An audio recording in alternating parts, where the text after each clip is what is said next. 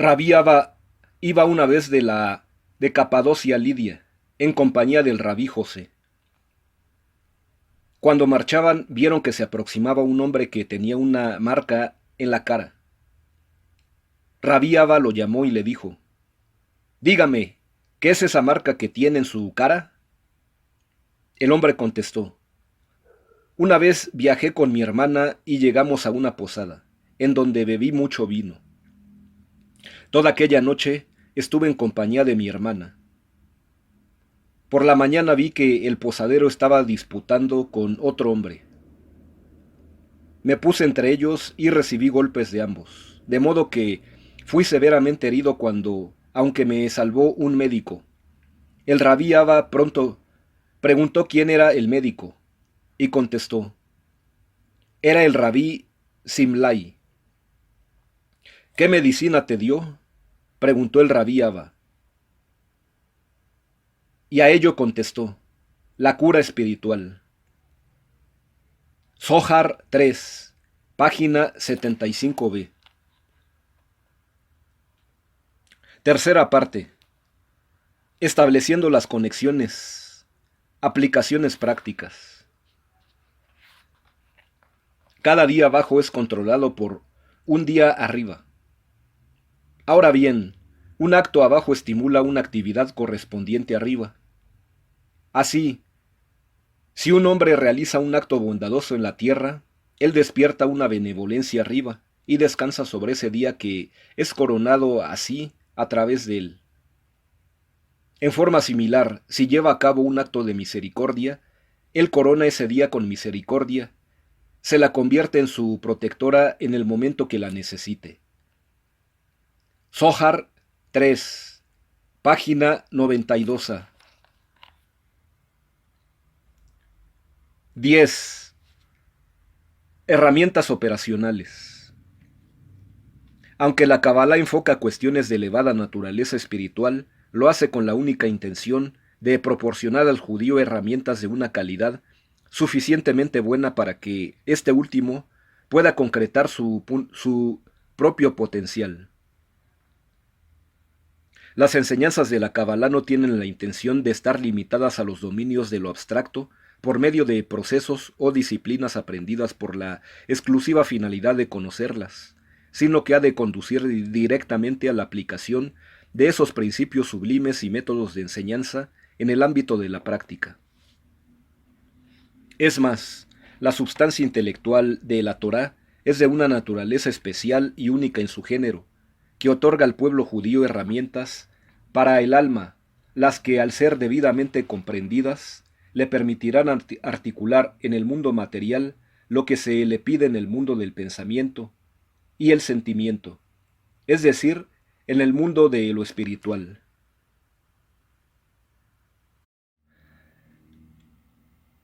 Un análisis cabalístico de las mitzvot, los mandamientos de la Torá, concede al judío prácticamente un discernimiento inmediato de la esencia de todas las manifestaciones ocurridas en el nivel físico, al demostrar el modo como las leyes eternas del universo se ponen de manifiesto en el contexto de nuestro mundo material. Aquellas personas que consideran los preceptos como pasados de moda o que están fuera de lugar, ignoran su verdadera naturaleza, que es la de conductores o cables a través de los cuales se revelan y se comprende la revelación divina, la beneficencia omnipotente, la profunda sabiduría del Creador y las leyes y los principios metafísicos. El Zohar, al percibir que las mitzvot no son otra cosa que profundos símbolos repletos de tesoros inapreciables e inimaginables, excede en gran medida los métodos usualmente empleados para adquirir conocimientos, como lo veremos seguidamente.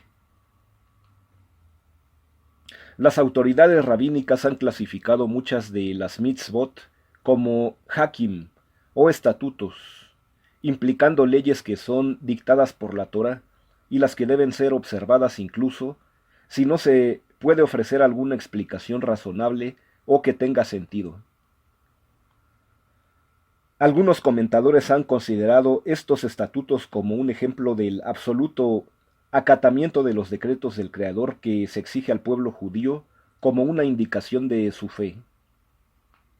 Sin embargo, la Kabbalah revela un panorama más amplio de doctrina y estatuto que brota de nuestra Torá, en donde la estricta obediencia es combinada con una creencia fundamental de la legitimidad y la necesidad de indagar. Al explicar el significado y la función de cada mitzvah, las exposiciones filosóficas que no tienen una base en la sublime y eterna sabiduría de la Kabbalah son susceptibles de conducir a puntos de vistas divergentes e incluso opuestos, mientras que el conocimiento básico de la raíz contenido en la Kabbalah revela la naturaleza eterna de la verdad incambiable que aparece en cada palabra de la Torah. La actitud cabalística frente al cumplimiento de estos preceptos ya no refleja un enfoque dogmático, en virtud del cual se exige al individuo demostrar su lealtad al Señor por medio de la más estricta obediencia de aquellos. La Kabbalah nos indica que existen muchas áreas en las que nuestra débil capacidad mental es totalmente incapaz de captar y comprender los misterios del universo y de su creador.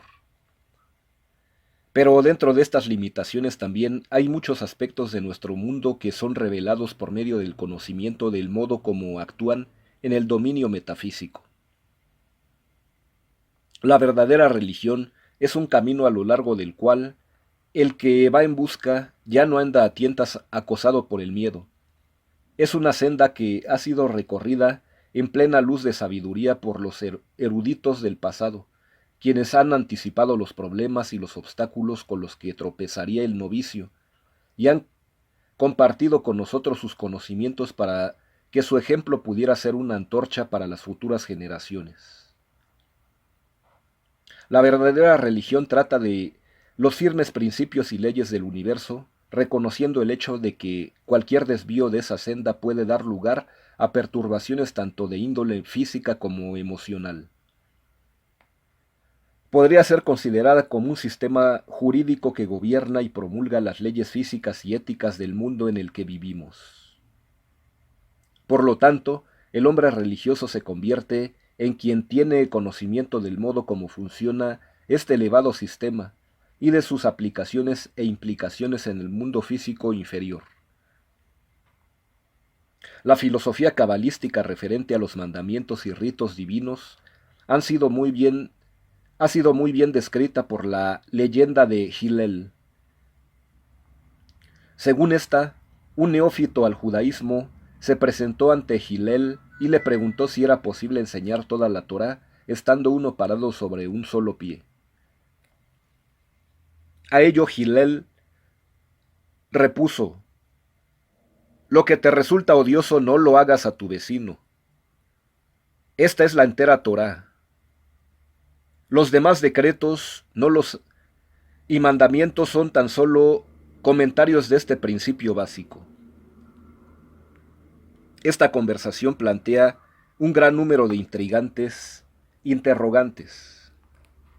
En primer lugar, ¿cuál es la intención del prosélito al formular esa pregunta?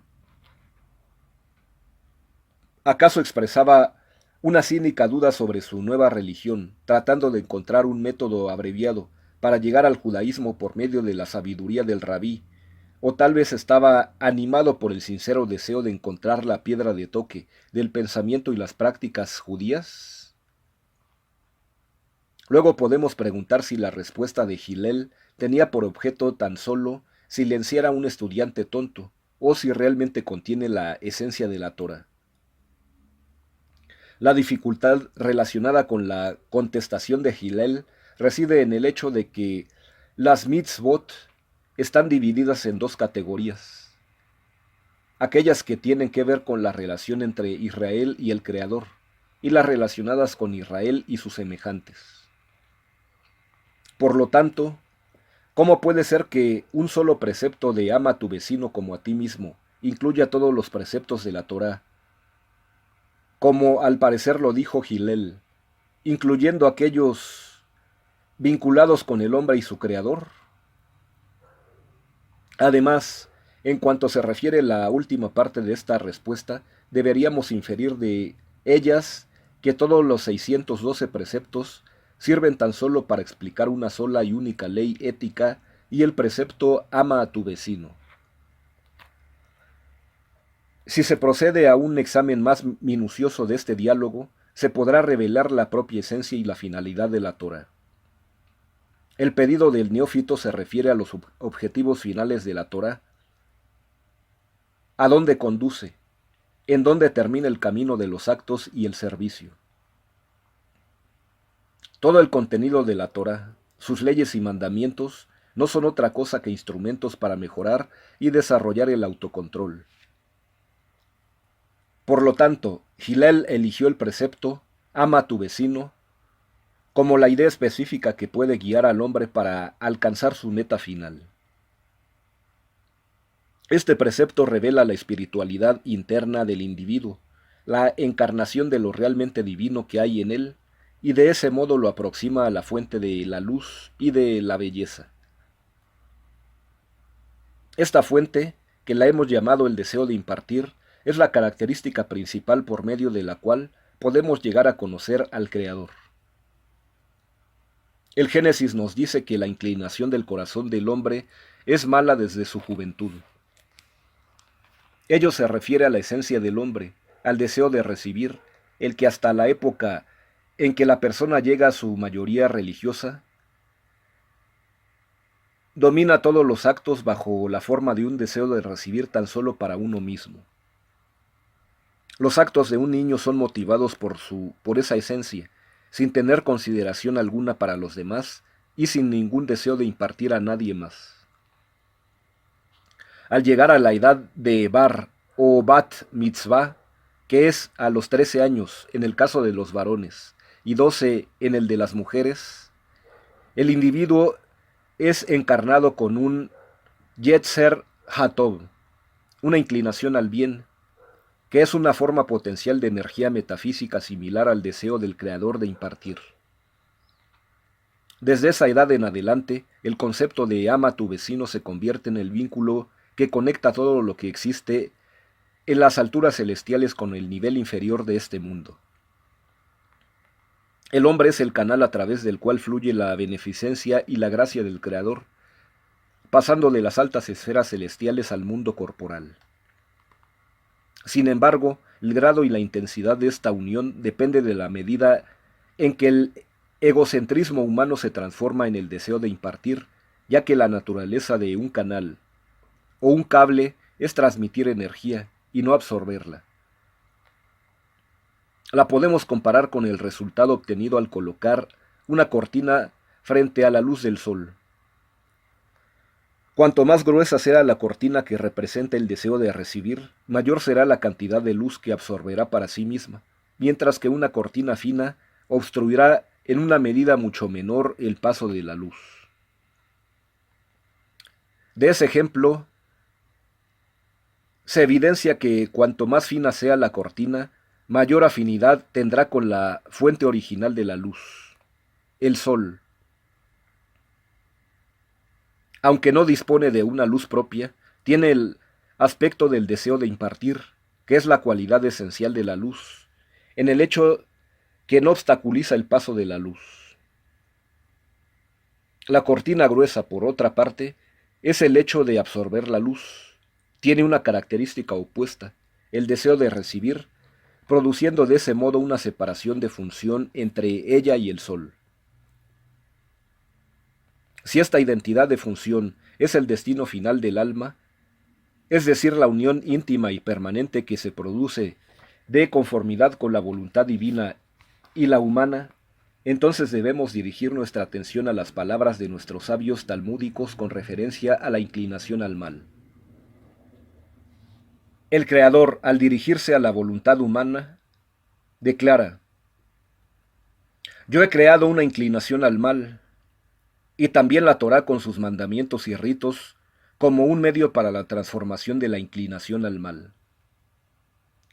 El estudio de la Torá y la transformación de sus preceptos educan gradualmente al individuo hasta que está suficientemente disciplinado para desprenderse de todos los vestigios de este amor por sí mismo tan solo. de modo que todos sus actos son santificados por un deseo de impartir a los demás. Los mandamientos éticos y morales que se implican entre el hombre y su vecino aseguran al individuo la estructura del aspecto de falta de egoísmo en el concepto ama a tu vecino. Por lo tanto, podemos comprender las palabras que Hillel expresó al neófito en una forma más profunda. Al concretar el propósito de amar a nuestro vecino, estamos transformando nuestro inherente deseo de recibir para nosotros tan solo que nos separa del Creador, en el deseo de impartir, el que, en virtud de su identidad de forma con el aspecto impartidor del Creador, nos aproxima a Él, y de ese modo se cumple el pensamiento original de la creación. Un análisis más específico de los ritos relacionados con el hombre y su Creador, un área que ha sido tan frecuentemente descuidada en las enseñanzas rabínicas, revelará una fundamental y extraordinaria expresión de conciencia religiosa moral. El hecho de calificar la obediencia como el objetivo principal de las mitzvot e interpretar la observación de los ritos y las ceremonias de la Torá como una revelación de los preceptos dogmáticos que conducen a una subordinación indiscutible equivale a negar el origen espiritual de los mandamientos divinos. Será suficiente tan solo comparar la estricta observación religiosa en el curso de los últimos 200 años con el presente apego a la ley bíblica, para comprender cuál ha sido el resultado de tal enfoque. El judaísmo ha dejado de ser de índole espiritual y experimental para convertirse en un rígido código moral repulsivo para todos, excepto una pequeña mayoría de fieles. Las enseñanzas de la Kabbalah, en todas sus múltiples formas, todavía tiene que lograr el restablecimiento del puente que vincule los instintos fundamentales del judío que hace frente a las exigencias y las tensiones de la vida diaria, con la búsqueda tras el significado interno del elemento trascendental en el mundo celestial. Los ritos y preceptos que tienen que ver con la relación entre el hombre y su Creador parecen haber perdido en nuestros tiempos la espiritualidad que otrora las caracterizaba. Empero, la sabiduría de la Kabbalah nos vuelve a presentar en su luz original y nos permite verlos no tan solo como una prueba de nuestra obediencia y de nuestra fe, sino como un activo agente condicionador que es tan poderoso y vital para el progreso espiritual que cualquiera de los preceptos relacionados con las leyes morales y éticas. Uno de los ejemplos más claros de este fenómeno de entrelazar el rito y la instrucción moral es la ley referente a las tefilín o filacterias, que se aplica a todos los varones que han cumplido los 13 años. Una verdadera comprensión de este precepto, que se nos da en la Kabbalah, nos permite considerarlo como un instrumento por medio del cual podemos seguir nuestro viaje para alcanzar el objetivo de ama a tu vecino, y no como un acto conmemorativo y sumiso, error que se comete con demasiada frecuencia. Uno de los más importantes capítulos de la primera parte de la Biblia es el que se refiere a la atadura de Isaac, la Akedah, como se conoce en hebreo. El propio relato es demasiado conocido para que sea necesario repetirlo aquí, y será suficiente recordar los problemas que plantea. Abraham había implorado tener un heredero, y a la avanzada edad de 100 años se le concedió este pedido.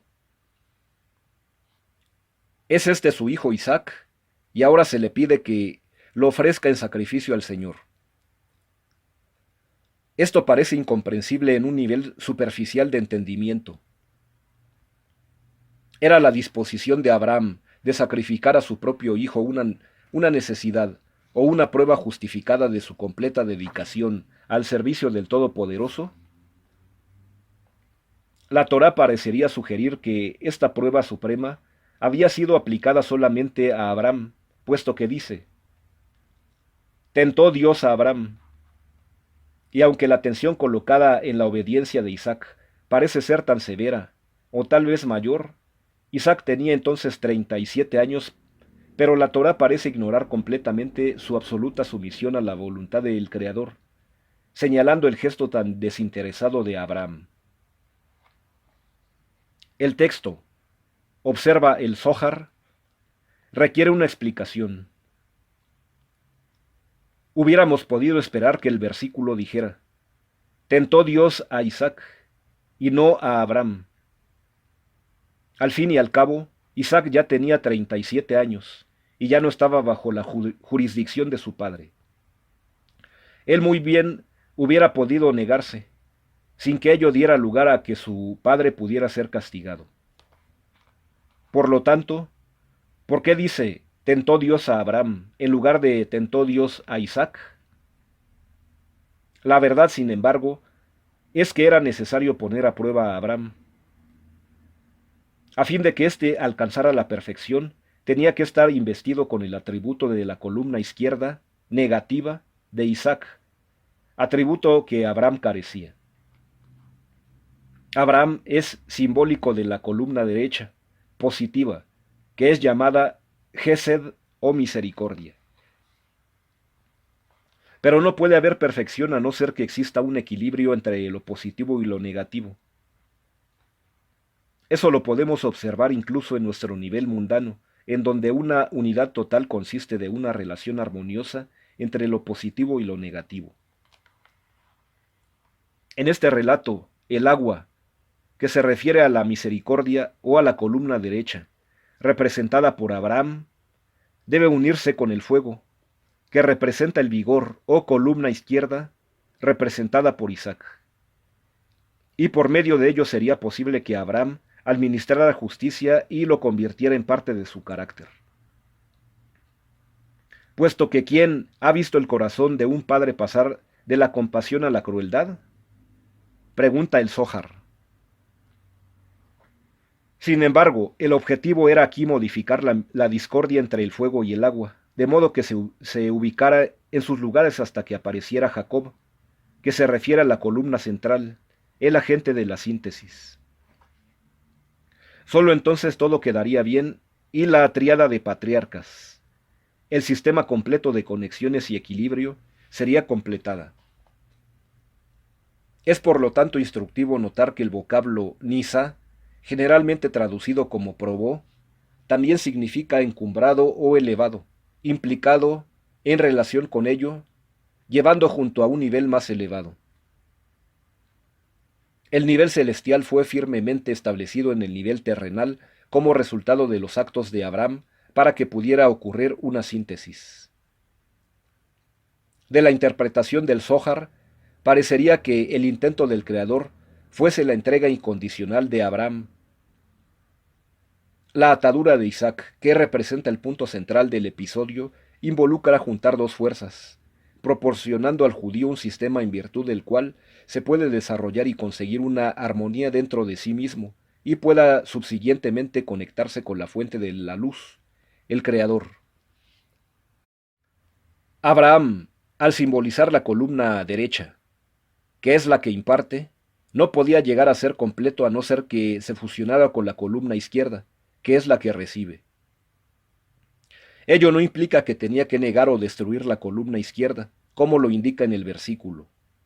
Y extendió a Abraham su mano, y tomó el cuchillo para degollar a su hijo. Entonces el ángel del Señor le dio voces del cielo y le dijo: «No extiendas tu mano sobre el muchacho».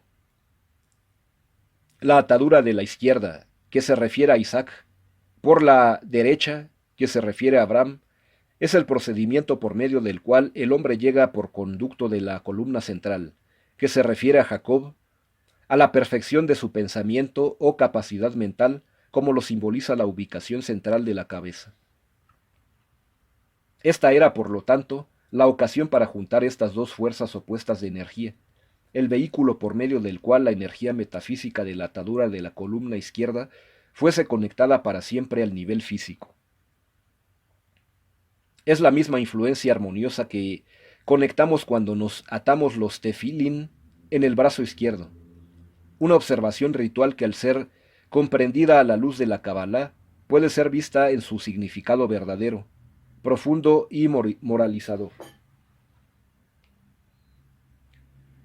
La revelación del significado de tefilín sirve como un modelo para comprender el modo como la Kabbalah entiende e interpreta las mitzvot. Otro ejemplo lo proporciona la cuestión de la kashrut, las leyes dietéticas relativas a la separación de la leche de la carne. Con demasiada frecuencia, esta mitzvah es considerada como una indicación de una sumisión completa a la voluntad divina, o incluso como una señal visible y aparente del carácter judío de un hogar. Sin embargo, la Kabbalah enfoca la cuestión desde un punto de vista totalmente diferente. Distingue entre la carne, que es de color rojo, y la leche, que es blanca. ¿Se trata tan solo de un suceso casual, o podemos presumir que, en un universo ordenado, ello se reflejará en todos los niveles de la existencia? Así, dice la Kabbalah, el rojo representa la columna izquierda, cuyo atributo es din, o juicio, y cuya función es recibir.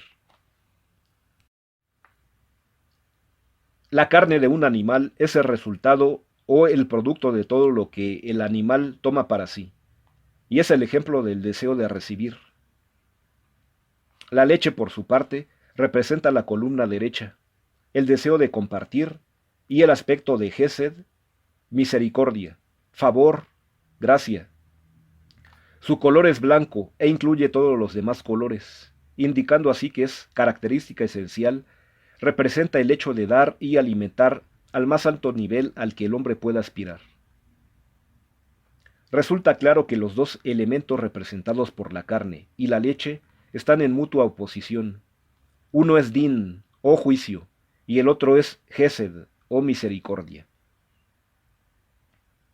El suministro de leche implica vida para los hijos, mientras que el derrame de sangre significa muerte y separación de la vida. Hemos visto el ejemplo de Abraham e Isaac. Cómo se pueden juntar elementos fundamentalmente opuestos.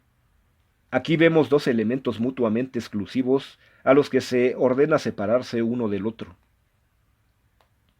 El Zohar sigue formulando las razones de esta diferencia, pero estas distinciones están fuera del ámbito de esta obra introductoria. Un ejemplo similar de la necesidad de separar la sangre en un aspecto de din de la vida se encuentra en las leyes relacionadas con el ciclo menstrual, o nida, que obliga a cada matrimonio judío a observar un periodo de separación. Durante el periodo de nida, el cuerpo de la mujer está sujeto al poder del juicio, expresado por la aparición de sangre y por otros cambios operados en su formación psicológica. Por lo tanto, no puede entrar en contacto con las fuerzas de la unión matrimonial que concedan vida, representadas por el color blanco de la esperma. Esta es una clara y severa advertencia que la muerte y la vida deben ser respetadas en este punto, por lo que representan, puesto que son dos elementos separados e irreconciliables. Por lo tanto, resulta obvio que en cada una de estas 613 mitzvot existe una razón fundamental, no solo una señal aparente de devoción, sino una instrucción referente a la utilidad o peligro de algún aspecto del universo. Mientras que la Torá y el Talmud nos otorgan una idea general de la naturaleza de esos aspectos, únicamente la Kabbalah es la que revela su verdadera identidad como herramientas con las que podemos trabajar para conseguir el objetivo de la unidad con el Creador. Las mitzvot existen a fin de permitirnos mantener un equilibrio en las fuerzas universales, de la energía resultantes de la creación.